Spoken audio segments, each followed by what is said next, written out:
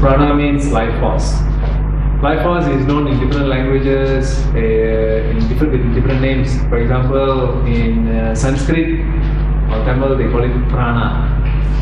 In Chinese or TCM, they call it chi. The Japanese call it ki. And in Bahasa, it's called the Tenaga Hayat. In English, they call it life force or bioplasmic energy, biomagnetic energy. Many names, much more than any other cultures, because the view of Western mind has been in the form of science, and they want to be able to explain it. So when they talk about biomagnetism, then you have an idea. It's a form of energy that comes from the body, but it is magnetic in nature. Bioplasmic goes from a certain different type of medical background. They will be able to understand it. It's from the plasmic point of view, because the blood constitution and energy levels do change when one is experiencing a higher quantum of prana. But Eastern culture is different. When you talk about chi or ki or prana, even if they don't have any formal training, they will understand. Anyone, any Indian you talk to, you say prana, they will have an understanding. Any Chinese you talk to about chi, they will have an understanding, because it's part of the culture. Right? And even in ancient Middle East culture like Egypt and all, they have spoken about this higher energy. So all cultures, including the South American cultures, have spoken in depth about the power of prana. And all healers have this prana naturally in their system. And don't talk about only natural healers or Eastern healers, or alternative healers or complementary healers. Even people who are in the mainstream, people like medical doctors, some of them have this healing capacity. And I remember that even when I was in primary school, my parents will bring us to this one particular, not yoga instructor, this medical doctor. The reason why, they always say that this doctor has a healing hand, healing hand. So when you go there, when you enter his clinic, half of your sickness is gone. And when you see him, like almost cured. Very interesting. And for us as children, we have this, we want to go and see him. Because he is very friendly and he gives chocolates. So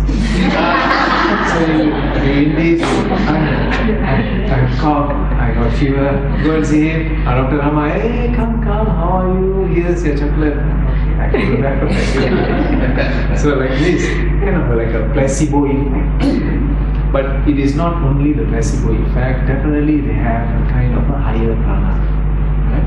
And people who are charismatic, people who have great following, philosophers, or people who have lived in the past, the great sages and saints, who are naturally able to attract people, seem to have a greater quantum of prana in their body.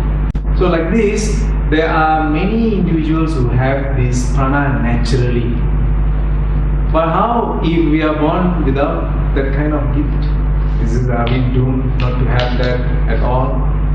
Should we resign ourselves not to have this kind of capacities? It's only for certain special individuals. Can we say that? That's what people have been saying until yoga came into the picture. And the good news about yoga is that yoga says that anyone, irrespective of what they are right now, irrespective of what their background is, anyone with proper training, with proper systematic training and technologies that are available in yoga, can reach those states which is exhibited as natural by those who have not been trained. Naturally they have. But here, you can, by training, achieve those states. This is the good news.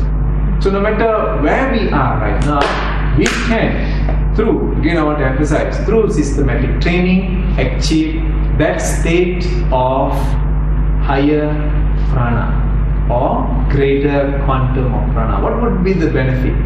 what would the benefit be if your prana or life force or chi or ki or biomagnetic energy is much more than others, than a normal person? For example, a normal person would have a quantum of energy, let's say 10 quantum of energy.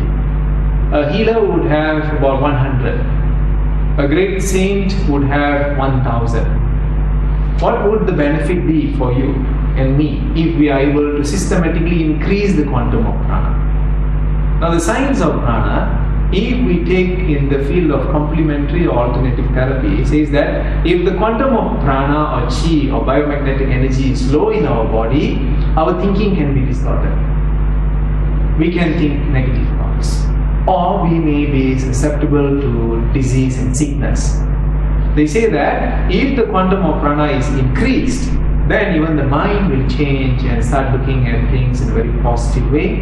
And diseases that exist in a lower quantum of prana will not appear in the body because they cannot exist in a body which has a higher quantum of energy.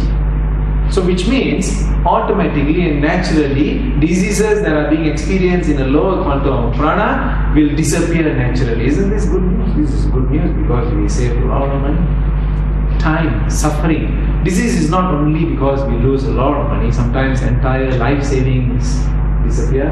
But because of the suffering. Pain. Who likes pain? Anyone likes pain? Unless one is a sadistic. You won't like pain. No one likes pain. No one likes to have injury. No one wants to go for surgery. Nobody wants to spend money for this unless they have a psychological problem where they want to find some attention. That is different. But naturally, normally, people don't want to. But does this happen? Do people have a choice? Do we have a choice whether we want to be sick or not?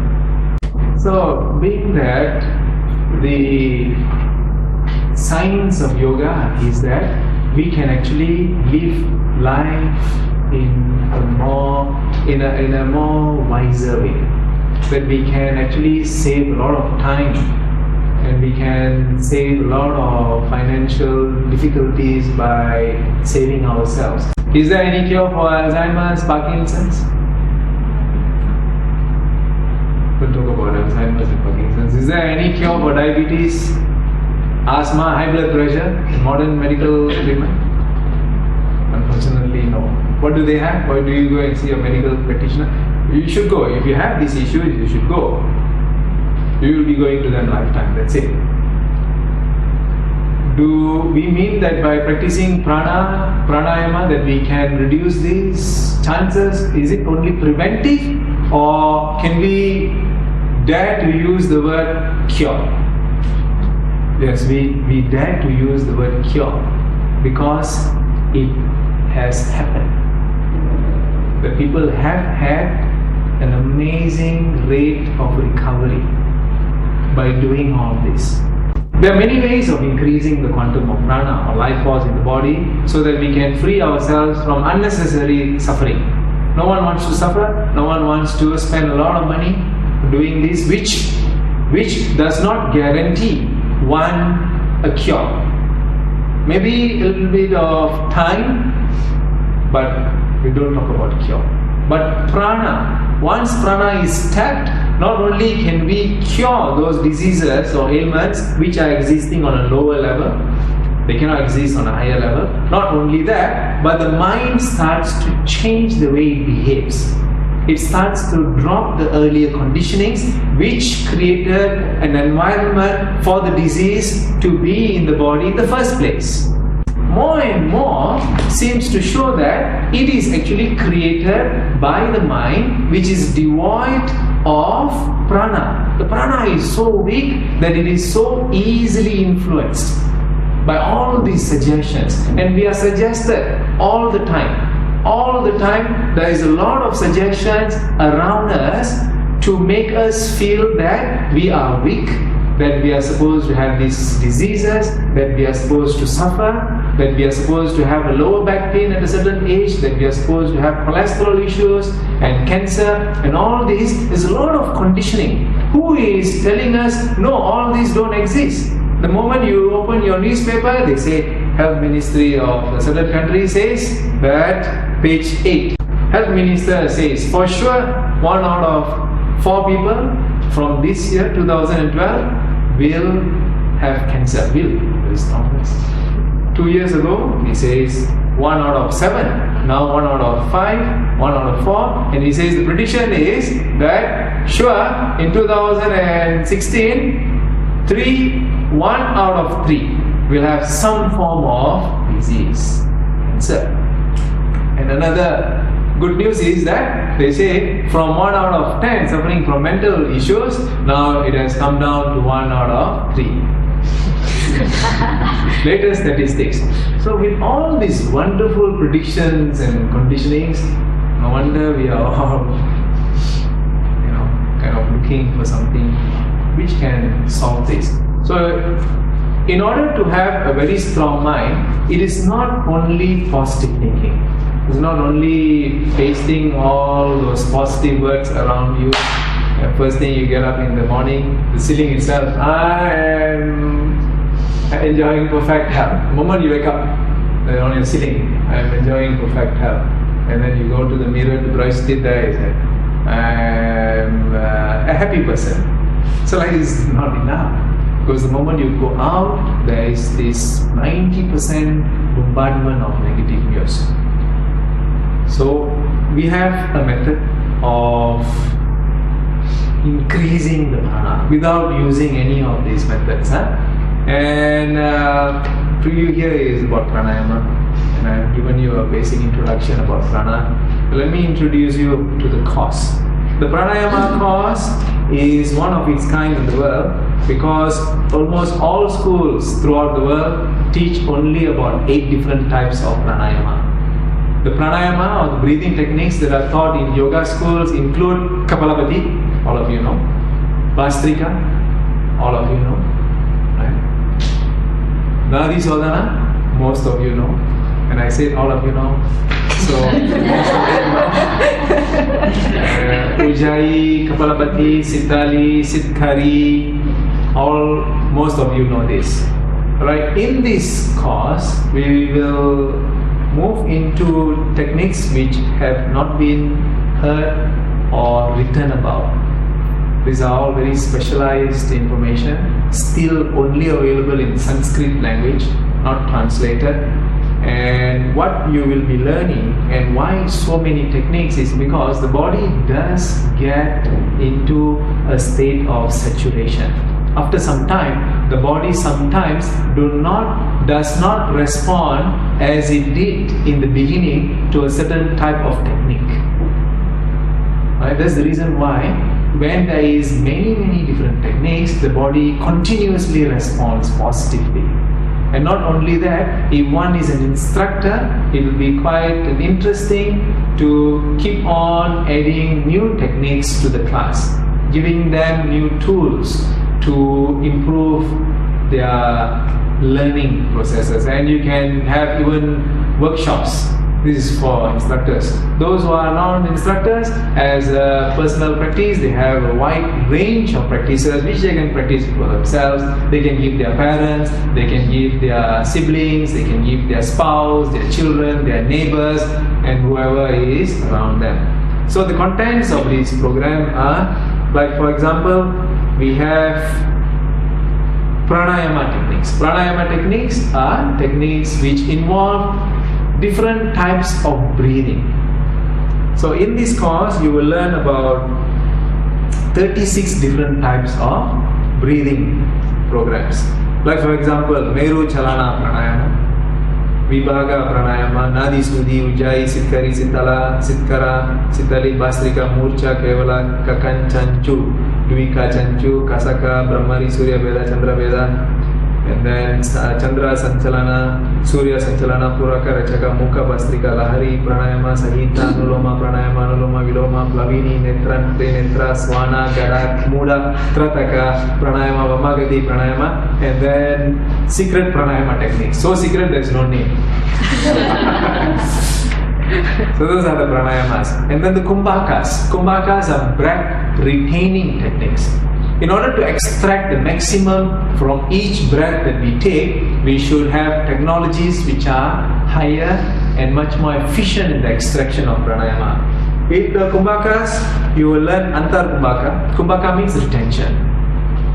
Baya, Bahir kumbhaka, Chandra kumbhaka, Urdhvaja kumbhaka, Marga kumbhaka, Samana kumbhaka, Vyana kumbhaka, Kriti Shesta kumbhaka, Prakriti kumbhaka, Naga kumbhaka, Kurma kumbhaka, Kritara kumbhaka, Agni Soma kumbhaka, Sama kumbhaka, Shanta kumbhaka, Dakshina Varta kumbhaka, Vama Varta kumbhaka, Dakshina Varta kumbhaka, Vama Varta kumbhaka, Kumbharaja kumbhaka, Matra kumbhaka, Butta Sudi kumbhaka, Kalagnis kumbhaka, Nada kumbhaka, Lambu Guru kumbhaka, Swanga Srinekala kumbhaka, Bhujangikarana kumbhaka, Puyangama kumbhaka, Varadika kumbhaka, Kavali kumbhaka, Sunyaka kumbhaka, Kapalapati kumbhaka, Trisula kumbhaka, Jivachala kumbhaka, Utkranti kumbhaka. And almost all of this is unknown, has been not taught except in many secret teachings and schools. So after learning this, not so secret anymore. Then mudras and bandhas. Prana mudra, Sanmukhi mudra, Usha mudra. Mudras are special movements, subtle movements of the fingers or the tongue or the eyes or smaller muscles in the body. Kechari mudra, Jalandhara, Mula Bandha, Udiyana, Mahamudra, Mahaveda. Kechari mudra 2, Viparita Karani, Tadangi, Nabo mudra, Manduki mudra, Kaki mudra, Bhujangi mudra, Mahabandha 2, Chakri bandha, Hasta bandha. And Hasta mudras. And then asana based pranayama. There will be a number of pranayamas which are incorporated into the asana for therapy. So there will be two different types. One is asana based pranayama and the pranayamas which are specifically therapeutic. So the asana based pranayamas are the Chatuspadasana, Ustra asana, Shashangasana, Matshasana, Mahamudra, Nikunja asana, Paripurna, Shahasana, Vyagra pranayama, Sarabandha, and Chiri Kriya, Simha Gajrasana, neuromuscular breathing, and Makarasana. 5. So they will be covered by that. And then therapeutic healing pranayamas is abdominal, diaphragmatic breathing, relaxation, drainage of the lower lobes, postural drainage. Drainage will be posterior segments of the right upper lobes, posterior segments of the left lower lobes, medial segments of the right upper lobes, lingular left segments of the left upper lobes, anterior segments of the upper lobes, posterior segments of the lower lobes, anterior segments of the lower lobes, apical segments of the lower lobes, apical segments of the upper lobes. This is specifically therapeutic. That's all. But it is complex. It's a complex system made easily understandable. Because if we have 6 weeks of 3 hours each, without even touching any asana, you will be busy right from the first minute until the third hour, because it's full of techniques. And it will interest those who want to know techniques. There are a certain group of people who like to learn techniques. Not necessarily for them to teach, but they just want to practice. There's another group who want to learn because they want to teach. So it kind of like occupies many positions in a situation whether of learning or teaching. So I've explained and given to you a brief description of this Pranayama Instructor course or the Pranayama Advanced Practitioner Course. If you have any questions, you may ask. Except the technique.